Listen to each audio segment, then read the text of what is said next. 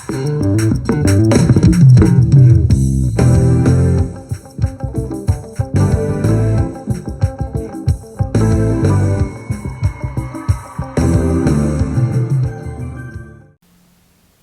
up, everybody? Welcome back to Alpha and Omega Exponent, also known as AOE, where we share content to add value to your life through stories.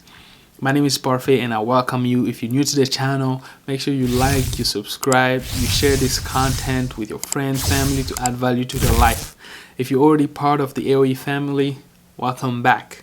And also make sure you go back, you watch and listen to the previous stories that have been shared in this channel so that you can catch up with us with the story of today. Without further ado, let's get started with the story of today. The story of today is the story of a man who was tested by God and he passed the test. This is the story of Genesis chapter 22. So a very, very long time ago, over 2,000 years ago, there was a man whose name was Abraham.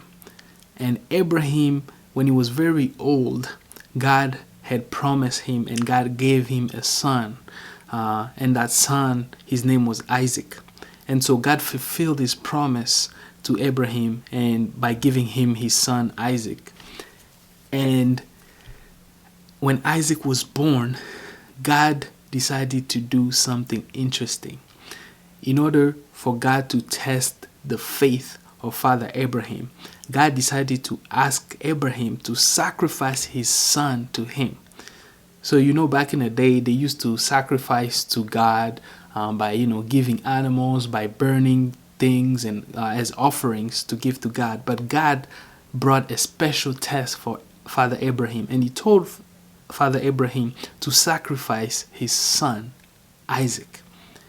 Now, if you know Father Abraham, you need to know that he was a man who was very obedient to God. And so when God told him to do so, to sacrifice his son to test him, Father Abraham listened to the voice of God and he went forward with it. Now, something interesting a nugget to take away in this point of the story is that this circumstance happened to Isaac was a test from God.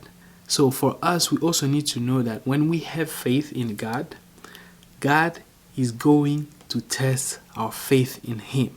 And why does God test us and test those who have faith and those who believe in Him? It's so that He can see if we truly love and fear Him and if we will always obey Him. And so Father Abraham went forth one day. God told him that he was going to show him where he was going to do that sacrifice. So one day he woke up, he took his son Isaac and some of his servants, and they went on this journey to the place that God was going to show him where he would sacrifice his son Isaac. And when they arrived to that place, his son Isaac asked him and he said, "Dad, where's the animal that we're going to sacrifice?" And Abraham knew that his son Isaac was the sacrifice.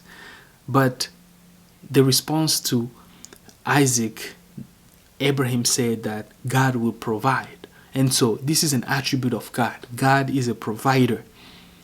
And when they arrived to the place, Abraham set the place up. He set everything up, the altar, and he tied his son Abraham. And at the point he was about to sacrifice his son, an angel from God showed up. And that angel had a conversation with Abraham and he said, "What are you about to do? Don't do it. I've seen your faith in God. And so let your son go. Don't sacrifice him. Don't kill him." And so the nugget of this story to take away at this point is that obedience is important. And complete obedience gives us full assurance from God. And the angel told Abraham that, look on the side, there was a ram there, and sacrifice that animal. And so Abraham untied his son Isaac and he gave him a hug and all that. And then he went and took the animal, the ram, that appeared on the side, and he gave the ram as a sacrifice to God. And the nugget to take away at this point of the story is that we need to begin to listen and to obey the voice of God in order for God to be a provider for our life, in order for God to continue to provide for us. And as part of God's tests, we need to know that only God has the answers to his own test. But we need to obey all the way to the end in order to pass God's test. And the answer to God's test for us is his provision. God is going to provide for us. But on our end as people, in order for us to pass God's test, we need to be obedience. And it's not just partial obedience, it has to be a complete obedience. And God's test is not like a multiple choice test where, or you have to write an essay. Like, as people, as students, as someone who, let's say, who goes to school, in school you're used to taking tests, you're used to taking exams, and you have multiple choice questionnaires, essay here and there. But God's test is very, very difficult. But the answer is very simple. And the answer to God's test is complete obedience. If you fail God's test, you basically did not obey his voice and commands.